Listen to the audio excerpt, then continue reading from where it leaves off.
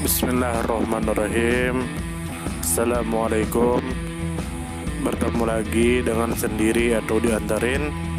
Semoga kita baik-baik saja dan semoga kita masuk surga. Amin. Sekarang masuk ke video. Jalaluddin Muhammad Rumi. Tentu saja kemungkinan tidak asing di telinga kita, terlebih bagi para orang-orang yang pernah mendengarnya. Disebutkan menurut informasi yang beredar bahwa Jalaluddin Muhammad Rumi adalah seorang penyair besar, ahli hukum Islam bermazhab Hanafi, teolog tauhid dari mazhab Maturidi, dan mistikus sufi yang hidup pada abad ke-13. Rumi menulis karya-karya monumental dalam bahasa Persia, termasuk Masnavi, juga dikenal sebagai Matnawi, yang dianggap sebagai salah satu karya puisi paling agung dalam sastra Persia. Karya-karyanya tidak hanya menyentuh ranah sastra tetapi juga menjadi sumber inspirasi spiritual lintas budaya dan lintas agama. Setelah wafatnya, para pengikut Rumi dan putranya, Sultan Walad, mendirikan Ordo Mevlevi yang dikenal dengan tradisi darwis berputar melalui upacara sufi yang disebut sama. Kemudian menurut informasi yang beredar bahwa Jalaluddin Muhammad Rumi adalah seorang tokoh intelektual dan spiritual kelahiran Persia yang lahir pada tanggal 30 September tahun 1207. Beliau adalah putra dari Bahauddin Walad, seorang pengkhotbah dan ahli hukum yang juga memiliki garis spiritual yang bersambung dengan tokoh sufi terkenal Najmuddin Kubra. Rumi sangat dipengaruhi oleh penyair sufi terdahulu seperti Fariduddin Attar dan Sanai. Rumi dihormati sebagai tokoh spiritual tidak hanya di dunia Islam tetapi juga oleh komunitas internasional, termasuk di Turki, Iran, Tajikistan, India, dan bahkan Amerika Serikat. Kemudian menurut informasi yang beredar bahwa Jalaluddin Muhammad Rumi lahir pada tanggal 30 September tahun 1207 dan wafat pada tanggal 17 Desember tahun 1273. Masa hidupnya berada di tengah gejolak dunia Islam dan perpindahan budaya Persia ke berbagai wilayah akibat konflik politik seperti serangan Mongol. Sebagian besar karya Rumi ditulis saat tinggal di Konya, yang pada saat itu berada di bawah Kesultanan Seljuk Rum. Rumi mulai menulis karya-karya pentingnya setelah kedatangan gurunya, Syams Tabrizi, dan terus berproduksi hingga wafatnya. Kemudian menurut informasi yang beredar bahwa Rumi lahir di wilayah yang saat ini dikenal sebagai Balkh, Afghanistan atau Diwash, Tajikistan. Wilayah ini dahulu merupakan bagian dari Kekaisaran Khwarezmian dan merupakan pusat budaya Persia dan Sufisme. Ketika Rumi berusia 5 tahun, keluarganya berpindah ke Samarkand dan kemudian menetap di Konya, sekarang wilayah Turki modern di mana Rumi menghabiskan sebagian besar hidupnya. Rumi wafat dan dimakamkan di Konya. Di tempat itulah dibangun makam hijau, sebuah kuil megah yang menjadi tempat ziarah. Kemudian menurut informasi yang beredar bahwa Rumi menjadi tokoh yang sangat berpengaruh karena kedalaman spiritual, cakupan universal, dan keindahan puisinya. Beliau mampu menyampaikan pesan cinta ilahi, kesatuan manusia, dan pencarian makna hidup dengan cara yang puitis dan mendalam. Karya-karyanya seperti Masnavi dan Diwan-e-Syams Tabrizi menjadi rujukan utama dalam literatur sufi. Pengaruhnya tidak terbatas pada dunia Islam saja, karena puisinya telah diterjemahkan ke dalam banyak bahasa dan diterima oleh khalayak global. Di Amerika Serikat, Rumi bahkan dijuluki sebagai penyair terlaris. Kemudian menurut informasi yang beredar bahwa warisan Rumi dilestarikan melalui berbagai cara, melalui pembacaan dan pengajaran karya-karyanya dalam bahasa Persia asli maupun terjemahan, melalui pengamalan ajarannya oleh Ordo Mevlevi, dan melalui pelestarian tempat peristirahatan terakhirnya di Konya. Biografi-hagiografi seperti Manaqib al-Arifin karya Samsuddin Ahmad Aflaki menjadi sumber utama tentang kehidupannya, walau harus dikaji kritis karena bercampur antara legenda dan fakta. Di dunia akademis, para ilmuwan seperti Profesor Franklin Lewis menulis biografi modern yang lebih kritis dan faktual untuk membedakan antara mitos dan kenyataan dalam kehidupan Rumi. Jalaluddin Muhammad Rumi yang lahir pada tanggal 30 September tahun 1207 dan wafat pada tanggal 17 Desember tahun 1273 merupakan seorang penyair sufi, ahli hukum Islam bermazhab Hanafi, serta penganut mazhab teologi Maturidi yang memiliki pengaruh sangat besar dalam dunia spiritual dan sastra Islam.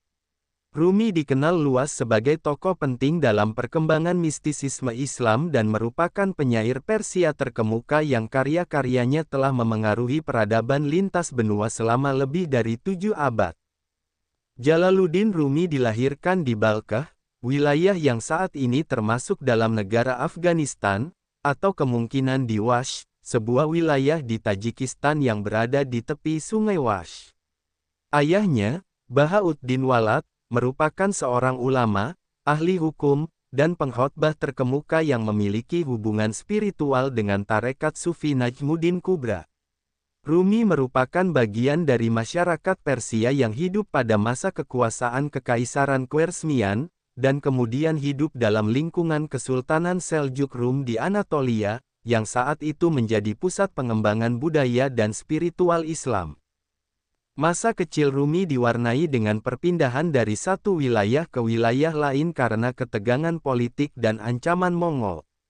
Pada usia sekitar 5 tahun, keluarganya berpindah dari Balkh ke Samarkand, kemudian melanjutkan perjalanan ke berbagai kota Islam terkemuka hingga akhirnya menetap di Konya, wilayah yang kini termasuk dalam negara Turki. Di kota inilah Rumi mengembangkan ajaran-ajarannya dan menulis karya-karya spiritual yang kelak menjadikannya sebagai ikon sastra sufi. Karya-karya Rumi sebagian besar ditulis dalam bahasa Persia, yang merupakan bahasa ibunya, meskipun di dalam puisinya terkadang ditemukan sisipan kata dalam bahasa Arab, Turki, dan Yunani. Gaya puisinya kaya akan metafora spiritual dan alegori cinta ilahi. Karya terbesarnya, Masnavi atau Matnawi, yang ditulis di Konya, merupakan sebuah mahakarya sastra sufi yang dipandang sebagai karya setara dengan Al-Quran dalam bentuk syair oleh para pencintanya. Selain Masnavi, Rumi juga menulis Diwan Syams Tabrizi, sebuah kumpulan puisi cinta mistik yang ia dedikasikan untuk gurunya, Syams Tabrizi, yang dianggap sebagai salah satu tokoh paling berpengaruh dalam kehidupan spiritual Rumi. Pengaruh Rumi melampaui batas negara dan etnis.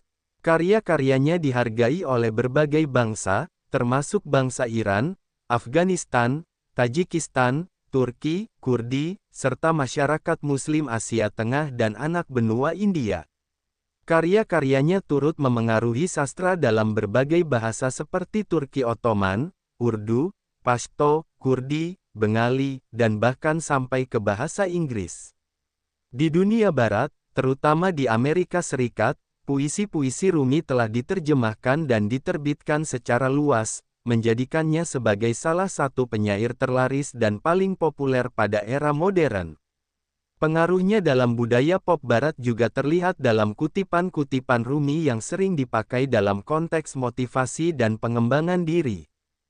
Rumi juga terkenal karena hubungan spiritualnya yang mendalam dengan Syams Tabrizi, seorang darwis misterius yang memainkan peran penting dalam transformasi spiritual Rumi.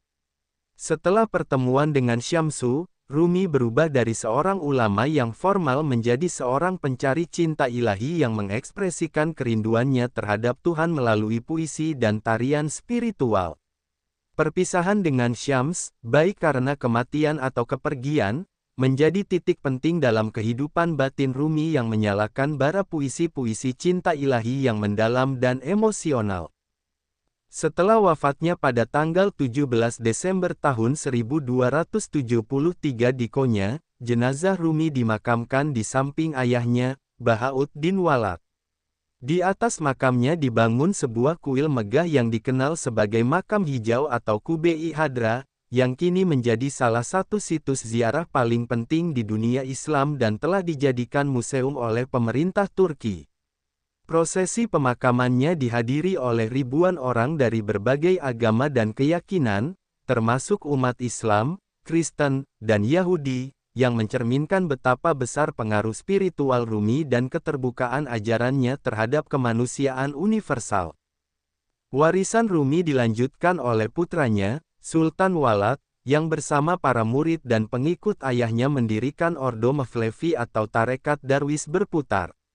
Ordo ini terkenal dengan ritual sama, yaitu tarian berputar yang menggambarkan perjalanan spiritual menuju Tuhan. Upacara ini bukan sekadar pertunjukan estetika, melainkan ekspresi mistik atas kehancuran ego dan keterhubungan batin dengan ilahi. Tradisi ini masih berlangsung hingga hari ini dan menjadi simbol warisan budaya spiritual Turki serta Sufi secara umum. Kehidupan dan ajaran Rumi banyak ditulis dalam berbagai teks biografi, baik yang bersifat hagiografi maupun historis.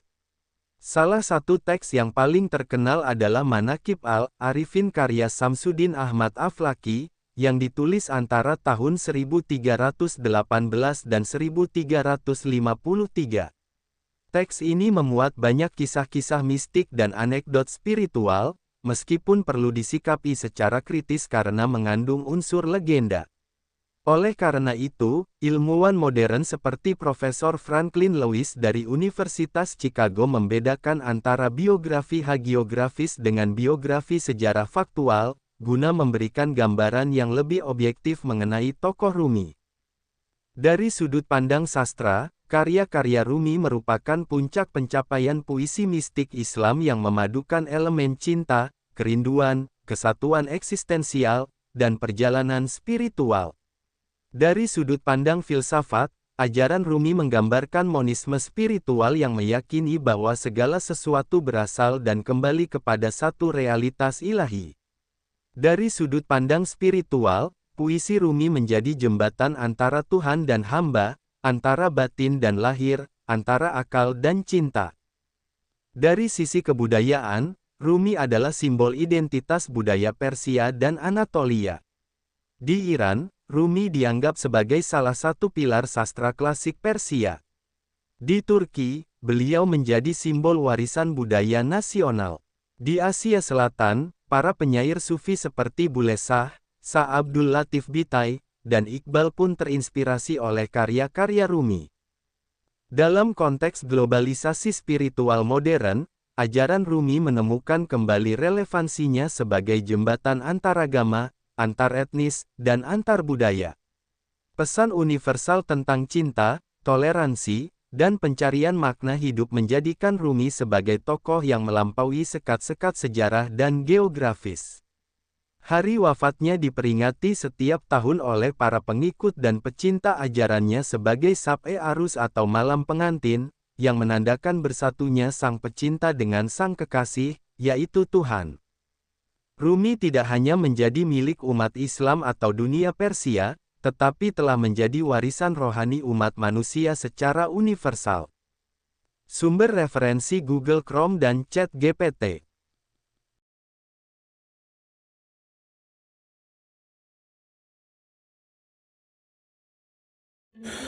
Tentu kita tahu bahwa dalam setiap perjalanan hidup, selalu ada saat ketika diri kita merasa lelah, goyah, bahkan ingin menyerah. Namun di balik setiap perintangan tersembunyi peluang untuk tumbuh dan menguatkan diri kita. Hari ini adalah kesempatan baru, saat yang tepat untuk kembali menyusun niat, memperbaiki langkah, dan meyakini bahwa setiap tetes usaha tidak akan pernah sia-sia. Bangkit bukan karena tidak pernah jatuh, tetapi karena memilih untuk tidak tinggal dalam kejatuhan. Teruslah melangkah meski perlahan, karena selangkah lebih dekat adalah lebih baik daripada diam dalam keraguan. Ya Allah, ya Tuhan kami yang Maha Pengasih lagi Maha Penyayang, jadikanlah hidup kami ini sebagai ladang amal yang penuh berkah. Berikan kekuatan untuk terus menebar kebaikan di dunia. Anugerahkan kemudahan dalam menghadapi segala ujian, dan karuniakan akhir kehidupan yang baik.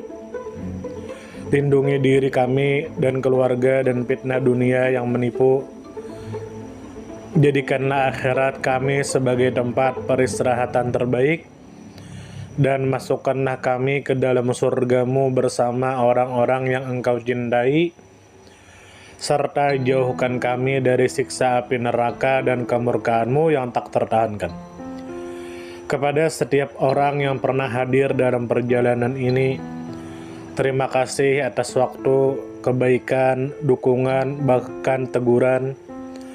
Maafkan atas setiap kata yang menyakiti, sikap yang mengecewakan, atau hati yang mungkin belum sepenuhnya mampu menjaga. Manusia tidak pernah sempurna, namun ketulusan untuk tetap terus belajar dan memperbaiki diri tidak akan pernah padam. Tentu kita tahu bahwa kebaikan tidak selalu datang dalam bentuk besar.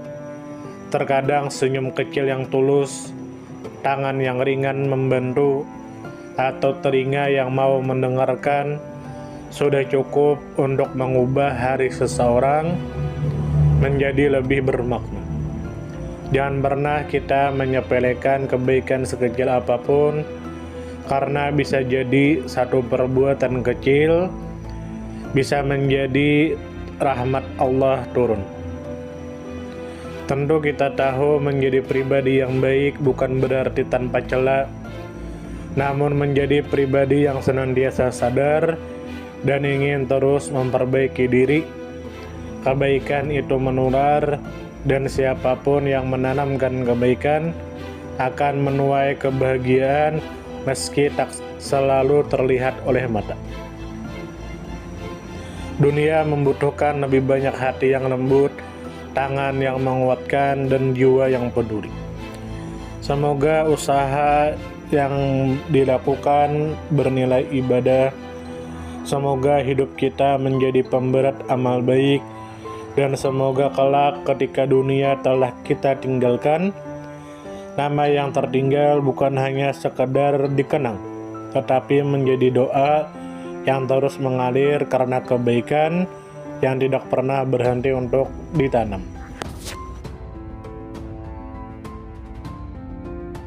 Terima kasih banyak. Mohon maaf jika ada salah. Silahkan jika suka ditekan tombol like, silahkan share, dan jika ingin memberikan saran dan komentar, silahkan komen. Semoga kita baik-baik saja, semoga kita masuk surga. Wassalamualaikum warahmatullahi wabarakatuh.